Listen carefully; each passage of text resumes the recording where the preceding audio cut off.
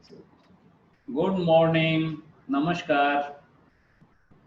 मैं अशोक श्री अरविंदो सोसाइटी के प्रतिनिधि के रूप में आप सभी शिक्षक, शिक्षाविद एवं अन्य साथी मित्र जो हमारे साथ जुड़े हैं उनका हार्दिक स्वागत करना चाहता हूं और हार्दिक अभिनंदन करना चाहता हूं। कल हम एक बहुत महत्वपूर्ण विषय पर बात कर रहे थे और उसे हमने सामान्य घटनाओं से जोड़ के ये सिद्ध करने का प्रयास किया था कि हम अपनी जीवन शैली ही अगर बदल लें तो दुनिया बदल सकती है।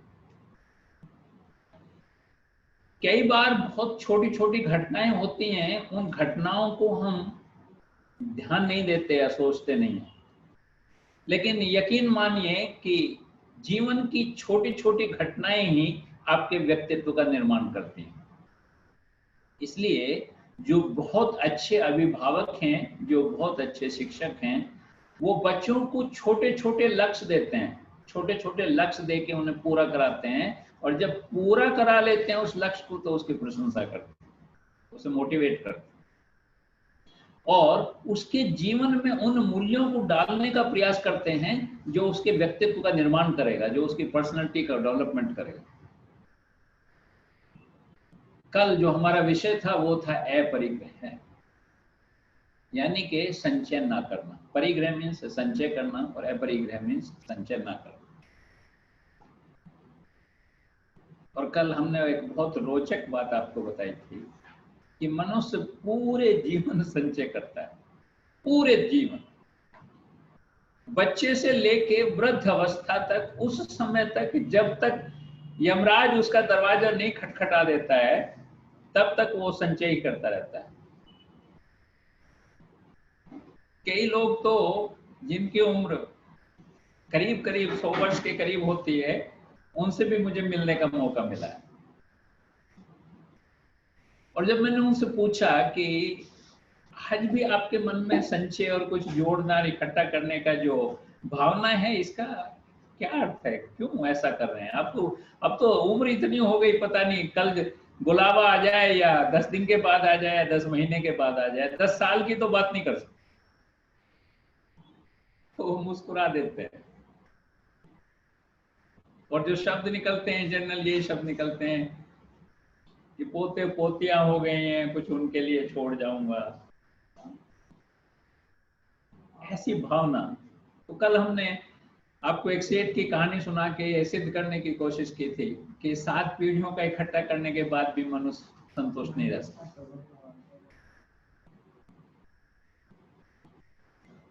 और एक मनुष्य वो भी संतुष्ट रह सकता है जो केवल आज की ही फिक्र कर रहा है, वो आज का ही जीवन जी रहा है, कल का प्रकृति, समष्टि और ईश्वर के ऊपर छोड़ रखा है।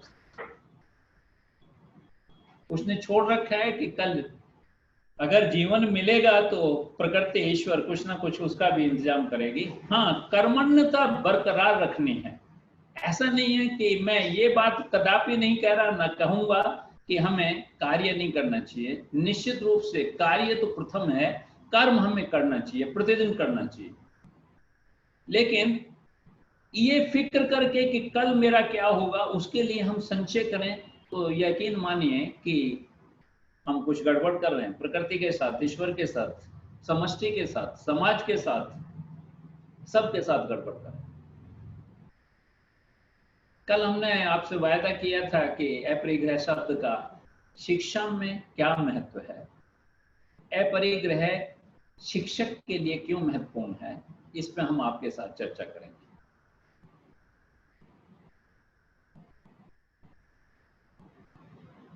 आप सुबह जब उठते हैं, कभी मौका मिलता हो घूमने का, तो आपने देखा होगा जब घूमने जाते हैं तो कुछ पेरेंट्स अपने छोटे छोटे बच्चों के साथ दौड़ते नजर आते हैं और ध्यान से देखिए,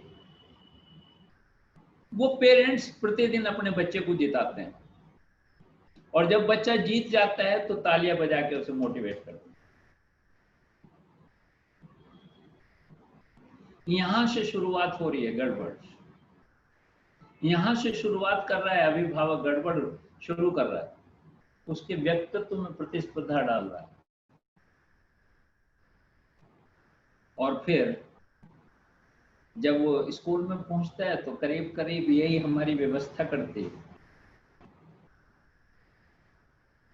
यही हमारी व्यवस्था करती है कि रेस कराते हैं या कंपटीशन गेम में कराते हैं या पढ़ाई में कराते हैं, तो कंपेयर करते हैं दूसरे आदमी से, दूसरे स्टूडेंट से, कि तेरे उससे इतने परसेंट कम है और तेरे इससे इतने परसेंट ज्यादा।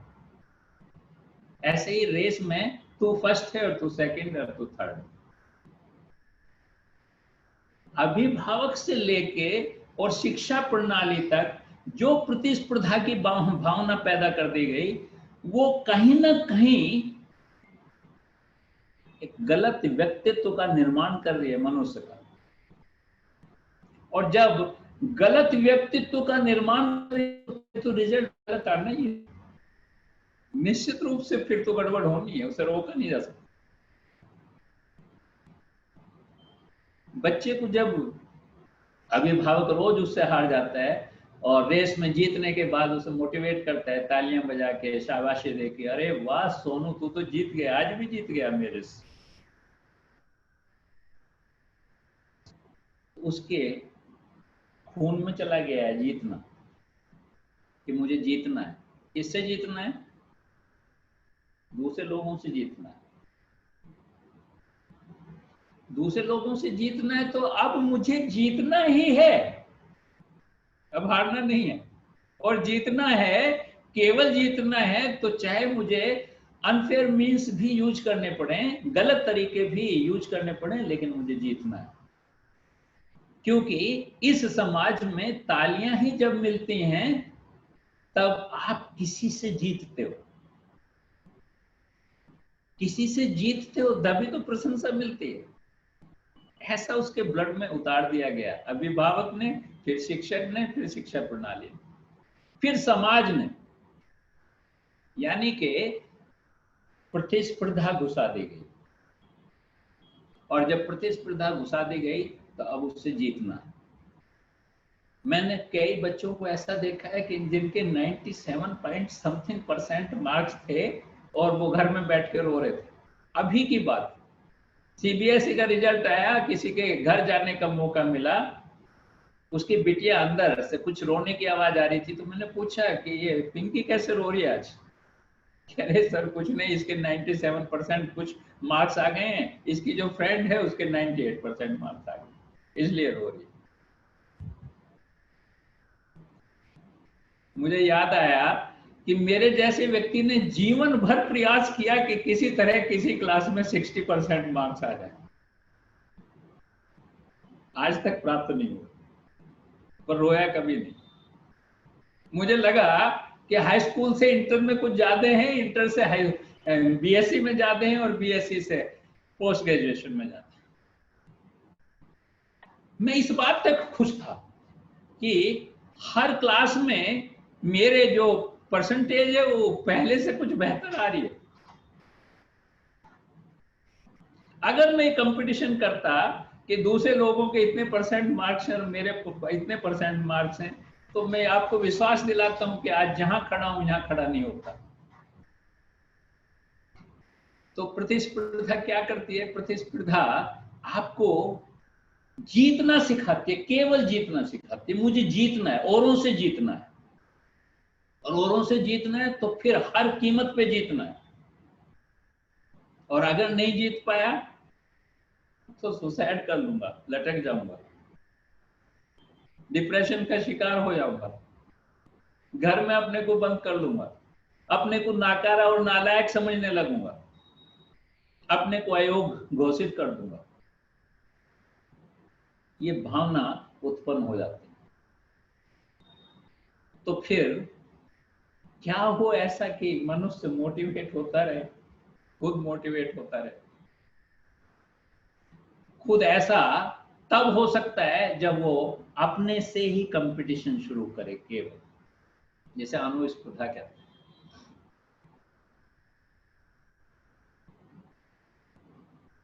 अपने से कैसे कंपटीशन शुरू करे? जैसे मैंने अपना ही उदाहरण दिया, कि मैं इस बात में खुश था कि हाई स्कूल में मेरे इतने % मार्क्स थे, तो इंटर में उससे ज्यादा आए और बीएससी में उससे ज्यादा है और पोस्ट ग्रेजुएशन में उससे ज्यादा है।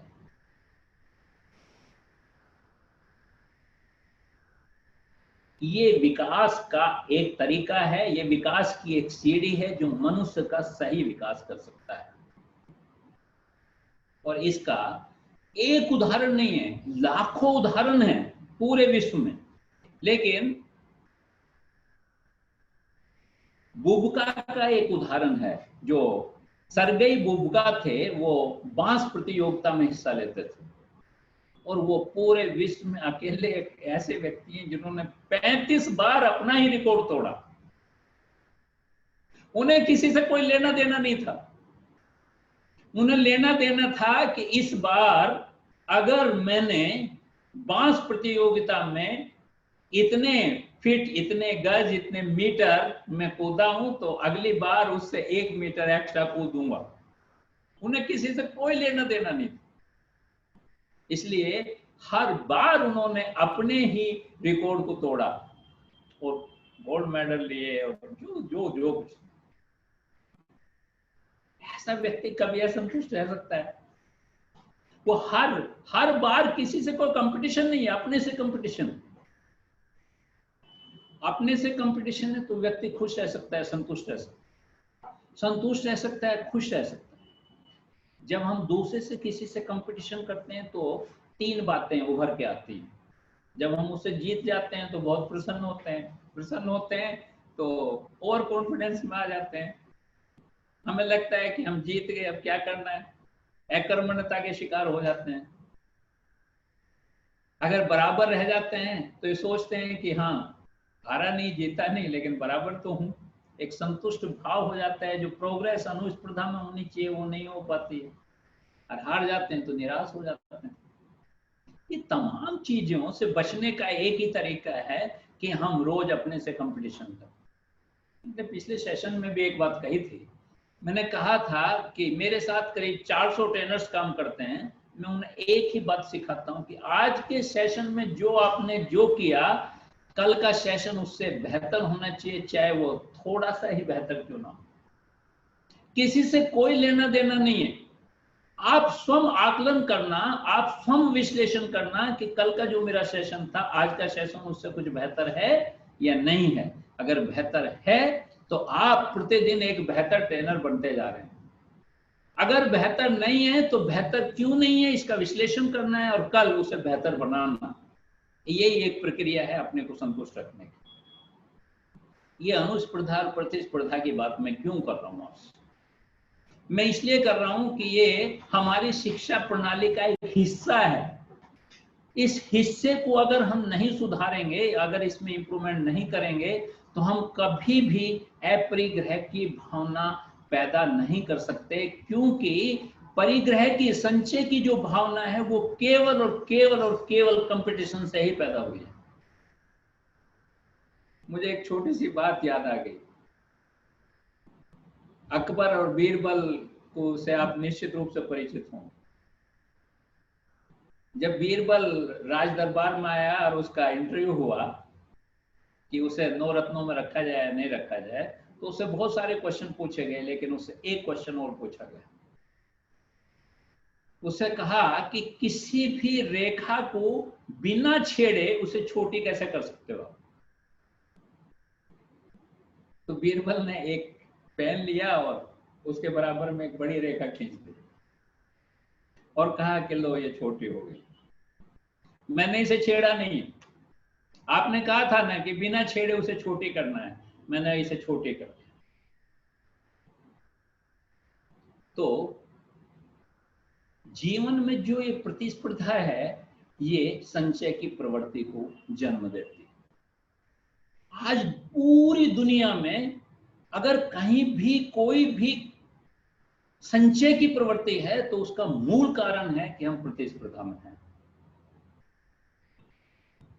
आज जिस वायरस से आप सब पीड़ित हैं, मैं भी पीड़ित हूं और पूरा देश और पूरा विश्व पीड़ित है, उसके पीछे भी कहीं ना कहीं ऐसा प्रतीत होता है, ऐसा कुछ लगता है कि संसार में आर्थिक रूप से एक नंबर पे चाइना रहे या अमेरिका रहे, इसकी भावना प्रबल है, ऐसा कुछ प्रतीत होता है। सच है या नहीं है, बहुत दावे के साथ ये बात नहीं कही जा सकती, लेकिन बहुत सारे विद्वानों का मत है कि उसके पीछे यही भावना है कि चाइना एक नंबर पर आना चाहता है। और जब मैं कंपटीशन की बात कह रहा था कि कंपटीशन में जीतना है, तो रेस जब लगती है ना लोगों की, और लोग जो जीतना चाहते हैं वो दूसरे को तंगड़ी मार देते हैं। तंगड़ी आप समझते हैं कि पैर मार देते हैं दौड़ते हुए, वो गिर पड़ता है और 100 आगे निकल जाता है, फर्स्ट आ जाता है जो चाहता था। इस दुनिया में भी सब तंगड़ी मार रहे हैं एक दूसरे को, देश मार रहे हैं, फिर समाज मार रहे हैं, फिर व्यक्ति मार रहा है, और उस सब के लिए वो संचय करना चाहते हैं। इसलिए आज पूरा विश्व बारूद पे बैठा है। विस्फोट हुआ नहीं कि पूरा विश्व खत्म। ये जो संचय प्रवृत्ति है, आपने कभी टीवी में देखा होगा, अभी चाइना से तनातनी थोड़ी सीमाओं पे थी, तो एक दिन विश्लेषण आ रहा था कि चाइना के पास कितनी पनडुब्बी हैं, कितने एयरक्राफ्ट हैं, कितना परमाणु शक्ति है, हमारे पास क्या है, अमेरिका के पास क्या है। तो टोटल पूरा सब कुछ देख के मैं ये एहसास कर रहा था मन मन में, इतना सब कुछ तो है पूरे विश्व के पास कि एक बार अगर बारूद में आग लग गई तो पूरा विश्व, पूरे जीव, पूरी वनस्पति सब नष्ट हो जाएगी। पूरी पृथ्वी नष्ट हो सकती है। ये क्यों पैदा हुआ? ये संचय क्यों पैदा हुआ? ये संचय पैदा हुआ कि मैं एक नंबर पर हूं, चाहे वो आर्थिक स्थिति में रहूं, चाहे मैं युद्ध की स्थिति में रहूं, मैं एक नंबर पर रहना चाहिए। और ये जो भाव है, ये विश्व से, राष्ट्र से व्यक्ति तक आप पहुंचाए, और व्यक्ति से ही राष्ट्र तक पहुंचाए, व्यक्ति से राष्ट्र तक पहुंचाए। इसलिए हम व्यक्ति को बदलना चाहते हैं। और व्यक्ति को कौन बदल सकता है? व्यक्ति को शिक्षक बदल सकता है। व्यक्ति को केवल और केवल शिक्षक बदल सकता है। शिक्षक एक ऐसी जनरेशन पैदा कर सकता है जिसमें ये कंपटीशन की जो भावना है, और कंपटीशन की भावना से जो संचय की भावना है, और संचय की भावना से जो पूरे विश्व के विनाश की भावना है, उसे खत्म किया जा सकता है। इसलिए आज हम अपरिग्रह शब्द को लेकर शिक्षक के बीच हैं और शिक्षा के बीच हैं।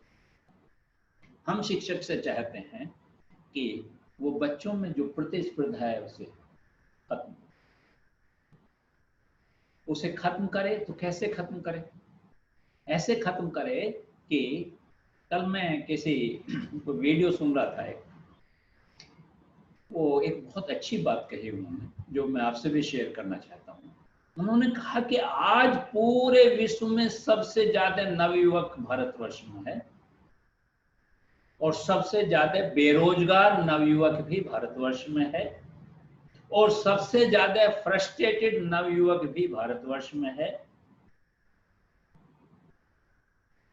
जब वो दो पहली बात कह रहे थे कि सबसे ज्यादा नवयुवक भारतवर्ष में है, तो ऐसा लग रहा था कि मेरे लिए गारू की बात है।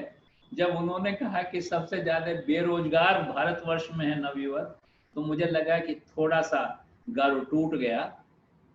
हम सारे नौजवानों को रोजगार देने की व्यवस्था नहीं कर पाए। लेकिन जब उन्होंने कहा कि सबसे ज्यादा निराश और नवयुवक सबसे ज्यादा सुसाइड करने वाला भी भारतवर्ष में, तो उसका कारण एक ही है। उसका कारण कंपटीशन, संचय की प्रवृत्ति। संचय की प्रवृत्ति कैसे है? आज जो भी संसाधन हैं भारतवर्ष में, पूरे विश्व में, वो सारे संसाधनों पे कुछ लोगों का कब्जा है।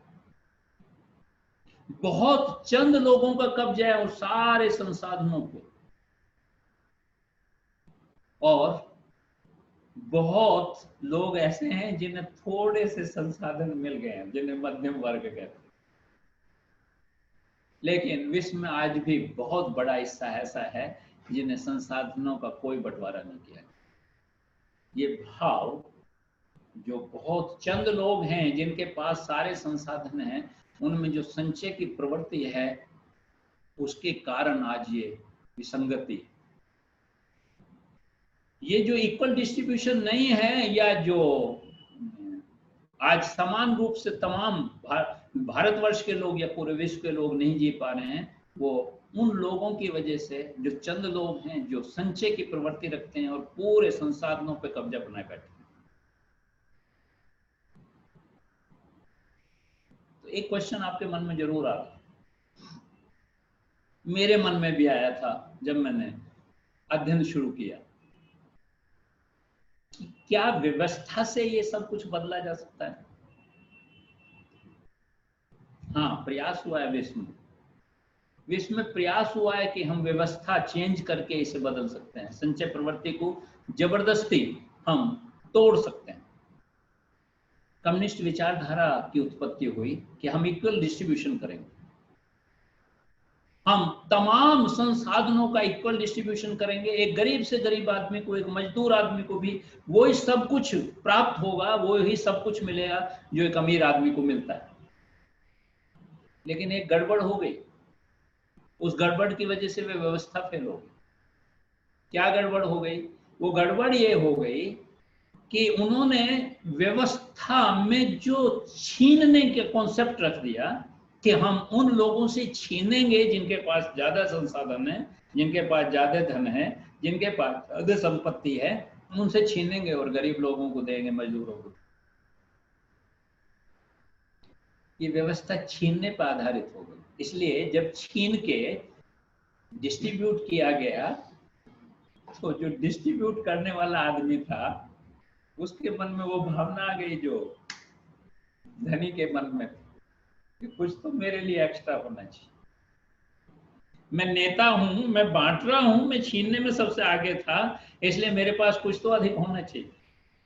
और कुछ नहीं होना चाहिए तो मेरी नेतागिरी तो बरकरार रहनी चाहिए।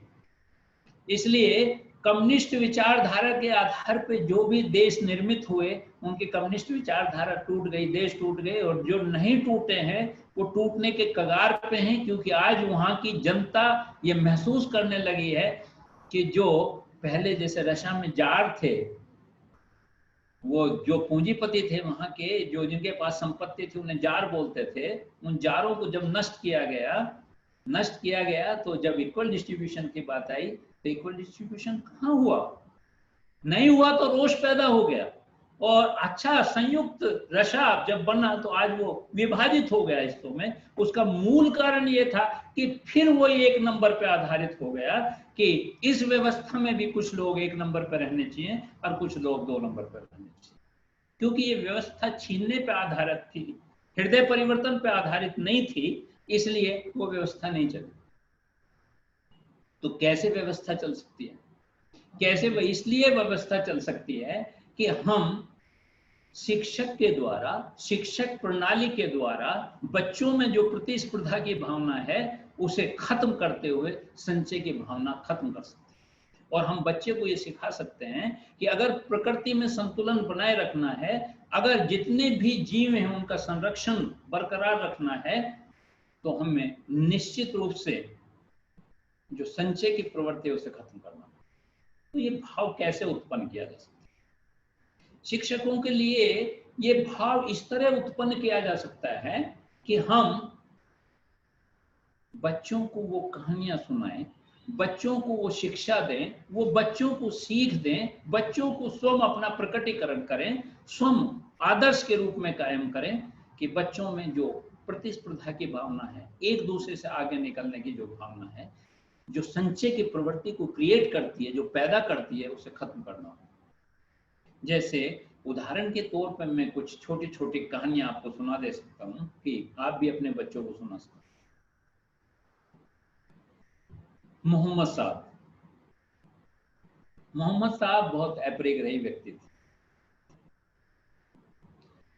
मोहम्मद साहब एक दिन जब उनका अंतिम समय था तो बहुत बीमार हो गए। तो मोहम्मद साहब ऐसे व्यक्ति थे कि जो कुछ दिन में मिलता था वो शाम को सब बांट देते थे। जो खुद यूज होता था, जो अपने भोजन भजन के लिए आवश्यक था, उसे रखते थे और उसे खर्च करते थे, बाकी बांटते थे। इसलिए उन्होंने अपने जो 5 सिद्धांत है उसमें ज़कात का भी जिक्र किया कि हमें दान करना चाहिए। तो प्रतिदिन बांट देते थे। लेकिन आज तबीयत बहुत खराब थी, इसलिए उनकी पत्नी ने ये सोचा कि कुछ आज बचा के रख लूं, ऐसा ना हो कि किसी हकीम को बुलाना पड़े, किसी डॉक्टर को बुलाना पड़े, कोई दिक्कत आ जाए, कुछ इमरजेंसी आ जाए, तो कुछ दिनार बचा के रख लेते। उसने कुछ बचा के रख लिया। मोहम्मद साहब बहुत बेचैन से हो गए, नींद नहीं आ रही थी। तो उन्होंने अपनी पत्नी को बुलाया कि भगवान सुनिए। पत्नी आई तो उन्होंने पूछा कि सच बताना जो मैं पूछ रहा हूं। तो उन्होंने कहा हाँ, सच ही बताऊंगी, मैं झूठ क्यों बताऊं। बोले सच बता कि आज तेने कुछ बचा के रखा है। बोले आपको कैसे पता चला। कि मुझे इसलिए पता चला कि नींद नहीं आ रही है, शायद ये आत्मा इस शरीर को छोड़ना चाहती है, छोड़ नहीं पा रही है। तो सच बता कि तेने कुछ बचा के तो नहीं रखा है। तो उसने कहा हाँ, कुछ दिनार मैंने बचा लिए थे कि आपकी तबीयत बहुत ज्यादा खराब थी, कभी कोई डॉक्टर को बुलाना पड़े, दवाई लानी पड़े, इसलिए मैंने कुछ दिनार बचा लिए। मोहम्मद साहब ने बहुत नम्रता के साथ हाथ जोड़ के निवेदन किया कि भगवान उसे बांट दो, अन्यथा ये शरीर नहीं छूटेगा मेरे से। उसने कहा रात का समय है, इस वक्त में किसे बांट दूं। तो मोहम्मद साहब ने कहा कि जिसने ये भाव पैदा किया है कि कुछ बचा है और उसे बांटना चाहिए, वो कुछ ना कुछ इंतजाम करेगा इस बात का। तो दरवाजा खोल के देख तो सही। उनकी पत्नी ने दरवाजा खोला तो बाहर एक भिखारी खड़ा था उस रात में भी, और जो कुछ बचा था उसकी पत्नी ने उसे दे दिया। और मोहम्मद साहब शांत चित्त ने चिर निंद्रा में सो गए। वो एक ऐसे व्यक्ति पैदा हुए जिन्होंने एक धर्म का इजाद किया। आज करोड़ों की संख्या में उनके फॉलोअर्स। दूसरी, मैं गौतम बुद्ध की बात आपको सुनाना चाहता हूँ। गौतम बुद्ध जब पैदा हुए सिद्धार्थ नाम से, तो एक राजा के घर में पैदा हुए, सब कुछ था, जो ऐशो आराम हो सकता है दुनिया का सब कुछ उनके पास था। लेकिन कोई साधु मिल रहा है तो उन बच्चों को देखा तो उन्होंने कहा अरे ये तो संत है, ये इस घर में कैसे पैदा हो, ये तो एक बहुत बड़ा संत बनेगा, ये घर में कैसे पैदा हो गया, इस राजा के घर में कैसे पैदा हो। राजा को चिंता हुई कि ये कह रहे हैं कि ज्योतिषी कह रहे हैं, साधु कह रहा है कि संत बनेगा, इसलिए उसे मृत्यु जैसे, गरीबी जैसी, बुढ़ापे जैसी तथ्यों से दूर रखने का प्रयास किया गया। लेकिन एक दिन वो आ ही गया ना कि गौतम बुद्ध सबको छोड़ के सन्यासी हो गए। और जब उन्हें ज्ञान प्राप्त हुआ, उन्होंने भी 5 सिद्धांत स्थापित किए, उसमें भी अपरिग्रह शब्द रखा है। उन्होंने कहा है कि हमें उतना ही संचित करना चाहिए जितना हमें आवश्यकता है बस। इसलिए आपको पता नहीं जानकारी है या नहीं है, उनके जितने भिक्षुक थे वो भिक्षा नहीं मांगते थे, वो गेट पे जाके खड़े हो जाते थे, 1 मिनट 2 मिनट खड़े होते थे, इसके बाद जो उनके कमंडल में जो डाल दे बस उसी से संतुष्ट थे। अगर 2 मिनट किसी ने कुछ नहीं डाला तो अगले दरवाजे पे बढ़ जाते थे। इसलिए उन भिक्षकों की लोग इंतजार करते थे कि वो आए और हम उन्हें कुछ दान करें। और ऐसे ही जब शाम को सारे भिक्षुक इकट्ठे होते थे तो जो दान में मिलता था वो एक जगह इकट्ठा कर देते थे और सब इक्वल डिस्ट्रीब्यूट कर देते थे, सारे लोगों को इक्वल डिस्ट्रीब्यूशन कर देते थे। किसके कमंडल में ज्यादा आया, कम आया, क्या नहीं आया, ये महत्वपूर्ण नहीं था। ऐसे ही महावीर का नाम आपने सुना हो, जैन धर्म के स्थापक जिन्होंने,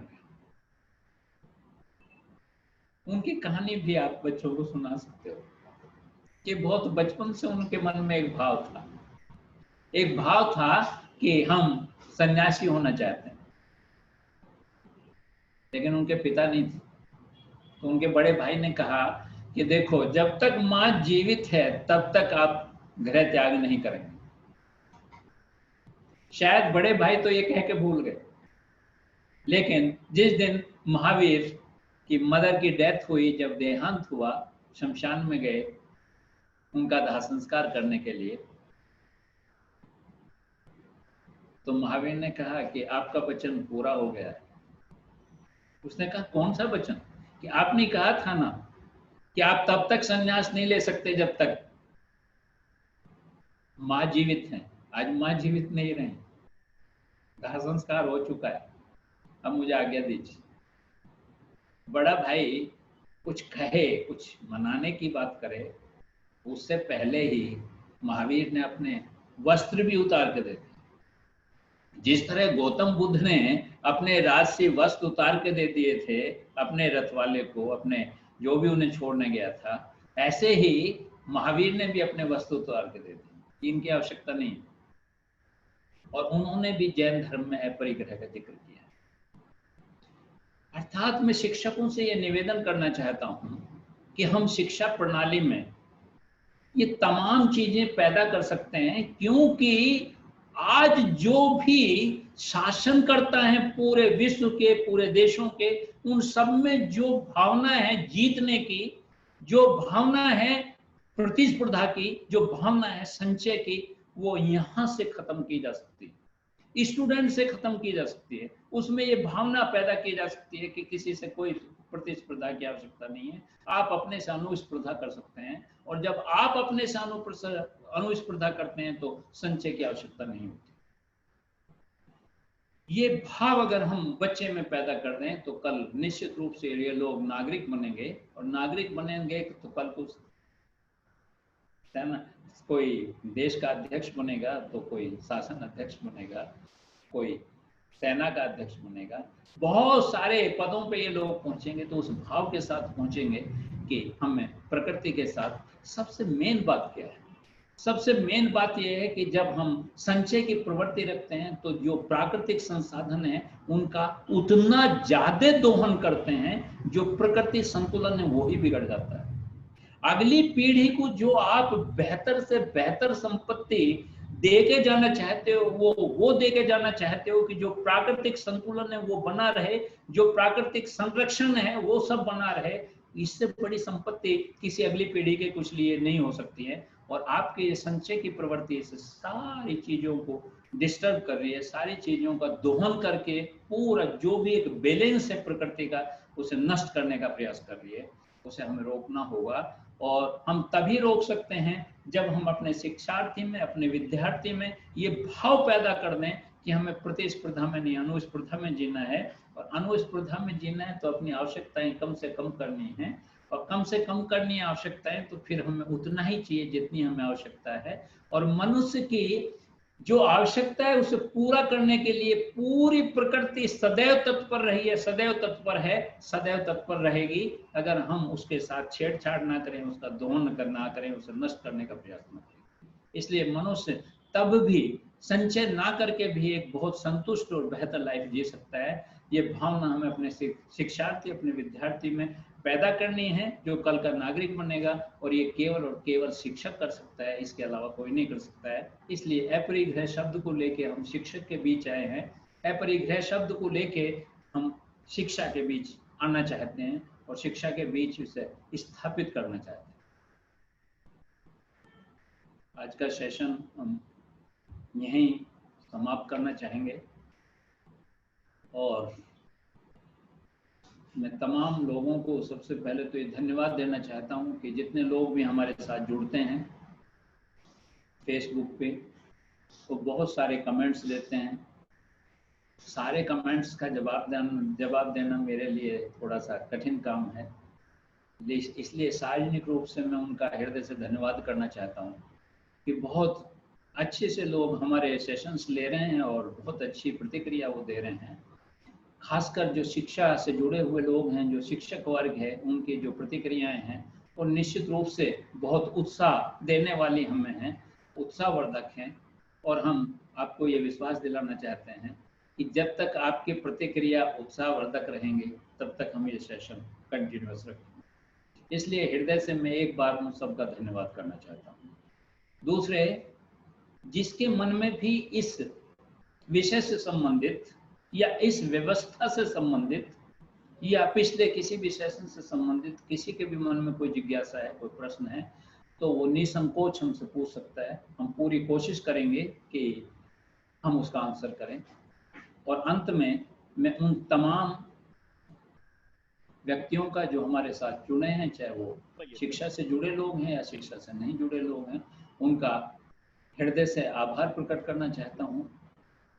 मैं हृदय से आभार प्रकट करते हुए उन्हें ये धन्यवाद देना चाहता हूँ कि वो हमारे सेशन के साथ जुड़ के श्री अरविंदो सोसाइटी को प्रोत्साहित कर रहे हैं, हमें प्रोत्साहित कर रहे हैं कि हम कंटिन्यूअस अपने ऐसे सेशन चलाते रहें। इसलिए मैं हृदय से उनका आभार प्रकट करना चाहता हूँ। धन्यवाद।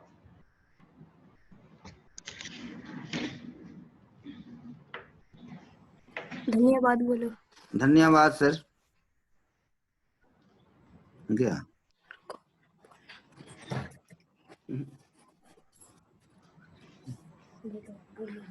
धन्यवाद। धन्यवाद सर। बोलिए। धन्यवाद बोलो। हेलो। हाँ सर। हाँ सर। आज की सेशन के लिए आपको बहुत बहुत धन्यवाद सर। आपका भी बहुत बहुत धन्यवाद कि आपने बड़े ध्यान से हमारी बात सुनी। बिल्कुल, जितना भी आपने आज ये बात बताए सर, एकदम ही तो आप गौतम बुद्ध और महावीर और जितने भी हमारे संत रहे उनका उदाहरण ले करके हम सबों को प्रतिस्पर्धा और संचय के बारे में बोले कि आप जितना डिस्ट्रीब्यूशन कर सकते हैं, ये तो हमारा काम है सर, हम शिक्षकों का, कि बांटने का हम लोग हैं सर। हम लोग बांटते हैं क्या जो भी हमारे पास है, हम लोग देने में रहते हैं सर। आपका शुभ नाम? Manuel Toppo sir. कहाँ से हैं आप? मैं हजारीबाग में सर, अनंत कन्या विद्यालय अनंतपुर में मैं शिक्षक हूँ। हजारीबाग प्रतापपुर। किस स्टेट? जी किस स्टेट में? मैं झारखंड में ही हूँ। झारखंड में। ओके जी, चतरा जिला में। हाँ, मैं आप परिवर्तन दल के शिक्षकों में थे क्या? जी नहीं सर, मैं तो 2003 का हूँ। अच्छा, नहीं, हमने रांची में परिवर्तन दल पूरे झारखंड के हर जिले से 4-4 शिक्षक, जिन्हें परिवर्तन दल के शिक्षक बोलते हैं, अच्छा उनका 5 दिन सेशन लिया था। जी। तो मुझे ऐसा लगा कि शायद आप उन शिक्षकों में हैं, तो आपसे हमारी आमने सामने की भी मुलाकात हुई होगी। हो सकता है सर, हाँ बिल्कुल। तो मैं सुनिया निवेश वाला में मैं चयनित हूँ सर। ओके। सुनिया निवेश, उसमें हम लोग क्लास लिए थे। अच्छा, शून्य निवेश नवाचार की जो ZII की क्लास हुई थी, जी जी। उसमें कौन ट्रेनर थे हमारे? अरे क्या नाम सर, उसका नाम मैं भूल गया हूँ थोड़ा देर के लिए। वो लोग अच्छा, थे, दो सर थे। Okay okay. और हम लोग हर ब्लॉक से कम 30 गो थे हम लोग। उसमें मैं सेकंड में मैं था। ओके। जी। तो मान्यवर, हमारी ZII की क्लास चलती है हिंदी में 11 से 12 बजे तक और जी 2 बजे से 3 बजे तक इंग्लिश में। जी तो ZII EI के तहत, शून्य निवेश नवाचार के तहत पूरे भारतवर्ष से करीब 600 नवाचार हमें प्राप्त हुए, जिन्हें हमने जी 14 भाषाओं में रूपांतरित किया है, ट्रांसलेट किया है। जी इसलिए हमने ये प्रोग्राम किया है कि अगर झारखंड में बोलने वाला व्यक्ति है, उसकी भाषा वो जी। तमिल में भी कन्वर्ट होके तमिल तक भी पहुंचनी चाहिए और मलयालम में पहुंच के मलयालम तक भी पहुंचनी चाहिए। अच्छा अगर पंजाब में कोई पंजाबी में बोल के हमें कुछ बताना चाहते हैं, तो हम जी। चाहते हैं कि वो पंजाबी भाषा तमिल तक भी जाननी चाहिए। अच्छा इसलिए हमने पूरे 600 नवाचारों को, जो डिफरेंट भाषा हैं, उन्हें 14 नवाचारों में ट्रांसलेट करके करीब 54 बुक्स हमने बना दी हैं। जो हमारे पास 35 स्टेट की 35 बुक थी, उन 54 जी बुक्स में उसे कन्वर्ट कर दिया गया है। उसे हम कोशिश करेंगे कि ऑनलाइन हर भाषा में, हर प्रदेश में बताएं जी कि उत्तर प्रदेश का आदमी ये कहता है तो झारखंड का शिक्षक ये कहता है, कि जी। तमिलनाडु का शिक्षक ये कहता है तो मलयालम का शिक्षक ये कहता है। ये सब कुछ हम प्रयास कर रहे हैं। तो आप बहुत अगर अच्छा सर। चाहें तो हर आप 11 से 12 की क्लास भी अटेंड कर सकते हैं इसी चैनल पे, फेसबुक पे ही। अच्छा, धीरेन्द्र गौतम हैं जो इसमें हिंदी में बोलते हैं, और जगत हैं जो 2 से 3 में इंग्लिश में बोलते हैं। बिल्कुल सर, अटेंड क्यों नहीं करेंगे, टाइम देंगे सर। हाँ, हम्म, इस ठीक सेशन तो से संबंधित आपके मन में कोई प्रश्न हो तो आप पूछिए। हाँ सर, तो प्रश्न तो क्या रहेगा, आपका जो उदाहरण दिए हैं, आप जितना भी हमारे संतों का उदाहरण दे करके हमें समझाए बताए, हम सभी शिक्षक समुदाय को, हाँ जी, तो ये तो हमारे लिए अभी तो हम कुछ नहीं कह पाएंगे, लेकिन यही है कि हम हमें अगुवाई कर रहे हैं सर कि हम लोग को हमेशा खुला हाथ बांटना है, मन से बांटना है। अच्छी बात ये है। बिल्कुल, शिक्षक की हाँ ये भावना अगर है बांटने की, तो जी फिर निश्चित रूप से जो आपके द्वारा विद्यार्थी जो शिक्षक बनेंगे ना, जी आप कम से कम अपने जीवन काल में 3000 बच्चों का निर्माण करते हैं, तो उनमें से मैं समझता हूँ कि कम से कम 30 तो शिक्षक बनेंगे ही। और जी, वो 30 आप जैसे शिक्षक बनेंगे तो देश बदल जाएगा अगले 10-20 साल में, 50 साल में। बिल्कुल बिल्कुल, यही चीज तो हम लोग बताते हैं सर कि हाँ, आज मैं एक शिक्षक के नाते आप लोगों को शिक्षा दे रहा हूँ, कल आप भी समाज को बदल सकते हैं। हम लोग भी आज बच्चों के बीच में ना सिर्फ माने बौद्धिक ज्ञान ही नहीं, हम लोग को व्यवहारिक ज्ञान भी हम लोग को देना है। हम लोग को क्या अपने जीवन में कैसे कला सीखना है, क्या बताना है, एक दूसरे को हम लोग क्या देंगे। ये बात तो आप बहुत अच्छे बात कहे हैं सर।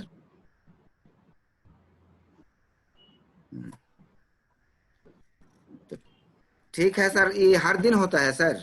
हाँ, हर दिन होता है। जी, पिछले करीब 1 महीने से कंटिन्यूस चल रहा है। अच्छा तो हम प्रतिदिन कोई एक विषय लेते हैं, एक कोई शब्द लेते हैं, अच्छा, और उस शब्द की पहले दिन व्याख्या करते हैं कि इस शब्द का हाँ अर्थ क्या है, जी और अगले दिन उसके शिक्षा और शिक्षक के लिए क्या महत्व है उन शब्दों का, जी शिक्षक उसे कैसे आत्मसात कर सकता है, और विद्यार्थी जी, में किस तरह से वो आत्मसात करा सकता है, हम इस पे चर्चा करते हैं। बिल्कुल सर, ये आज का था आपका विषय वस्तु जो था, जो तो शब्द था आप इस। अगर पिछले सेशन भी जानना चाहते हैं और सुनना चाहते हैं तो आप जी फेसबुक पे जाके जैसे ही ZIIEI टाइप करेंगे, जी तो उसमें बहुत सारे ऑप्शन आएंगे। उसमें एक ऑप्शन आएगा ZIIEI श्री अच्छा, अरविंदो सोसाइटी। जैसे उस पर क्लिक करेंगे तो जी आपको पिछले सारे सेशन, जितने भी हमारे सेशन हैं, चाहे वो ZIIEI पे हैं या ह्यूमन वैल्यूज पे जो मैं करता हूँ, या जी जो मेंटल हेल्थ पे हम एक प्रोग्राम कर रहे हैं, पेरेंटिंग पे जी हम एक काम कर रहे हैं कि पेरेंट्स को क्या सहयोग करना चाहिए शिक्षक का, और जी समाज को क्या सहयोग करना चाहिए शिक्षक का, उस सब पे जी जो है हम पूरे सेशंस उन पे उपलब्ध हैं। आप जिन सेशन को भी चाहते हैं, सपोज आप मेरे ही सारे सेशन देखना चाहते हैं, तो उसमें अशोक सर के नाम से जितने सेशन हैं वो आप अच्छा देख सकते हैं। तो पिछले करीब 1 महीने से हम काम कर रहे हैं, तो करीब मेरे ख्याल है 20 से 25 सेशन हो चुके होंगे। तो अच्छा हमने जीवन मूल्य से शुरू किया था, लाइफ अच्छा, वैल्यूज क्या होती हैं, जी फिर अस्तित्व पे बात करी, फिर परिवर्तन पे बात करी, फिर नवीन शिक्षक पे बात की, हमने कृतज्ञता पे बात की, जी समानुभूति पे बात की। उन सारी चीज़ों के सारे सेशंस हैं। हम पहले दिन बताते हैं इस शब्द का अर्थ क्या है, और दूसरे जी दिन शिक्षा और शिक्षक के लिए इसका क्या महत्व है। वो पूरी सीरीज आपको मिल जाएगी। आपको, जी, अगर आप अध्ययन करेंगे तो आपको अच्छा लगेगा, हम ऐसा विश्वास दिला सकते हैं आपको। जी, बिल्कुल सर, लग रहा है आपके सभी ये सजेशन से कि शिक्षा का गुण तो यही होना चाहिए। आज समाज को परिवर्तन करने के लिए शिक्षक ही हैं। कल हमारा भी सर 11 बजे, हाँ मैंने वही 10 बजे से कल हम लोग का BRC से ओके, कल भी मीटिंग है। अच्छा, जी, कल BRC से यही चीज होगा, वहाँ मीटिंग है कल। हर हर थर्सडे को मीटिंग रखा गया है। ओके। ये लॉकडाउन में हम लोगों को यही करना है, कहाँ जहाँ भी हम लोग हैं मीटिंग उपस्थित होना है। हमारा एक सेशन इस पे भी आधारित था कि लॉकडाउन की वजह से या कोविड की वजह से जो पूरे जी विश्व में जो व्यवस्था चेंज हुई है और उसमें भारतवर्ष में भी व्यवस्था चेंज हुई है, उसमें शिक्षा में जो व्यवस्था चेंज हुई है उस पर भी हमारा पूरा एक सेशन था और हमने कोशिश की थी कि जैसे अब हम पहले जैसे आपकी ट्रेनिंग हुई वैसे ट्रेनिंग देते थे हर जिले में हर ब्लॉक में जाके हमारे ट्रेनर्स, लेकिन जी वो जी। संभव नहीं है अब। तो अच्छा ऑनलाइन जो हाँ सर, हम हाँ हाँ। ट्रेनिंग देनी शुरू की है, इसी तरह पूरे भारतवर्ष का शिक्षक भी ऑनलाइन ट्रेनिंग दे रहा है, उस पर भी हमने एक दिन पूरी चर्चा की थी। अच्छा हाँ चलिए वैस मान्यवर, मैं समझता हूँ कि थोड़ा सा दूसरे लोग भी इंतजार कर रहे हैं, तो उन्हें भी थोड़ा सा मौका मिलना चाहिए बातचीत करने का। आपका बहुत बिल्कुल बहुत सर, धन्यवाद करना चाहता हूँ। बिल्कुल सर, आपको विशेष विशेष धन्यवाद सर। आपने आज हमें बिल्कुल निमंत्रण दिए कि आपका वचन सुनने के लिए और ये सजेशन के लिए। धन्यवाद। धन्यवाद। प्रणाम सर। खुश हो। सर मेरा क्वेश्चन ये है कि आपने बताया सर कि संचय, हाँ, संचय शिक्षकों में ये भावना, संचय की भावना नहीं होनी चाहिए, तभी वो बच्चों को दे पाएंगे। पर जो सर बचपन से ही संचय की भावना रही है, जैसे जो जो प्रवृत्ति में आ जाती है कि हमको संचय करना है, तो वो संचय करने की भावना तो जल्द नहीं जाएगी। जैसे आपने गांधी जी का वो उदाहरण दिया था, उनसे बताया था कि एक बच्चे को वो उनकी माँ लेके जाती थी उसको गुड़ छुड़वाने के लिए कि, और वो भी खाते थे, तो उनको जब छुड़वाना था तो वो पहले अपने अंदर परिवर्तन किए, फिर उसके बच्चों से कहा कि आप ये चीज अच्छी नहीं है सेहत के लिए, ये मत खाओ। तो सर जो यदि आप संचय की बात करते हैं जिसमें संचय की भावना पहले से ही हो, तो वो सर किस तरह बदल सकता है, जो देखो बदलाव। रमेश, कल का सेशन आपने लिया था, सुना था? नहीं सर, कल थोड़ा मैं बाहर था सर, राखी बंधन के लिए चला गया था, इसलिए नहीं ले कल पाया। राखी बंधन का? नहीं सर, परसों था, पर थोड़ा डिस्टेंस ट्रैवल करना था सर, इसीलिए। तो आपने कल, बस मैं इसका आंसर केवल इतना ही देना चाहूँगा कि जो कल का सेशन है वो फेसबुक पे है और वो आप पूरा सेशन सुनिए। उसमें कैसे संचय की प्रवृत्ति जन्मजात बच्चे में होती है और उसे क्यों क्यों ये प्रवृत्ति पैदा होती है, उस सब पे हमने पूरे डिटेल में आपसे बात की है। आफ्टर दैट भी अगर आपकी समस्या हल नहीं होती है, आपका क्वेश्चन का आंसर नहीं मिलता है, तो आप निश्चित रूप से अगले सेशन में मेरे से बात कर सकते हैं, या 9 से 10 का समय होता है ट्रेनर्स का, जो सभी के लिए उपलब्ध हूँ मैं। 9 से 10 में केवल ट्रेनर से ही बात करता हूँ, तो उसमें भी आप ये क्वेश्चन अब मेरे से पूछ सकते हैं। लेकिन कल का सेशन नहीं सुने बगैर तो ये फिर अनुचित सा लग रहा है मुझे, क्योंकि कल हमने इस पे बहुत डिटेल में पूरे आधे घंटे इसी पे बातचीत की थी कि संचय प्रवृत्ति क्यों उपजती है व्यक्ति में, और बच्चे से ही होती है, और जब तक अंतिम समय नहीं आ जाता तब तक किस तरह की संचय प्रवृत्ति है व्यक्ति की, उसे कैसे दूर करने का प्रयास किया जा सकता है, वो आज हमने उस पर चर्चा की। लेकिन संचय प्रवृत्ति होती क्यों है वो कल हमने चर्चा की। ठीक है, तो आप कल का सेशन मेरा पूरा सुनेंगे, आफ्टर दैट क्वेश्चन करेंगे तो मुझे अच्छा लगेगा। Okay, thank you sir, thank you. हमारा समय हो गया है, तो किसी का और क्वेश्चन तो नहीं है तो आप पूछ सकते हैं, मैं संक्षिप्त में 2 मिनट और दे सकता हूँ।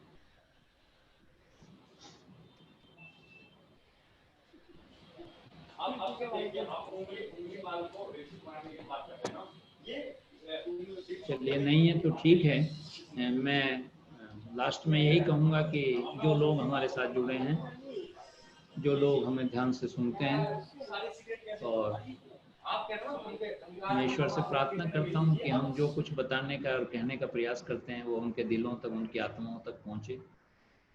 और हमारी ये भावना है, हमारी ये कामना है, हमारी इच्छा है ये कि हम जो कुछ पहुंचाना चाहते हैं उनके हृदय तक, वो उनके हृदय तक पहुंचे और उनके हृदय को आंदोलित करके उनमें कुछ परिवर्तन शुरू करे। हमें पक्का विश्वास है कि जिन लोगों के साथ हम जुड़े हैं वो देश के निर्माता हैं। हमें पक्का विश्वास है वो देश का निर्माण करेंगे, भविष्य का निर्माण करेंगे। इसलिए हम चाहते हैं कि उनका हृदय परिवर्तन हो, और हम ये आशा रखते हैं कि हम जो भी एक सच्चे मन से भावनात्मक तरीके से आप तक जो पहुंचना चाहते हैं वो हम जरूर पहुंचेंगे, और आप सब में परिवर्तन होगा तो अगले जो पीढ़ी है उसमें परिवर्तन होगा, और अगली पीढ़ी में परिवर्तन होगा तो इस देश में परिवर्तन होगा, इस देश में परिवर्तन होगा तो विश्व में परिवर्तन होगा, और हम पूरे विश्व में एक ऐसे समाज की कल्पना करते हैं जिसमें भाईचारा हो, बंधुत्व हो, एक दूसरे के लिए जीने की कामना हो, एक दूसरे को नुकसान पहुंचाने का भाव ना हो। ऐसी कामना और ऐसी भावना के साथ हम ये अपना सेशन आज का सेशन खत्म करना चाहते हैं। आप सबने हमें ध्यान से सुना, उसके लिए मैं हृदय से आपका आभारी हूँ और आभार प्रकट करना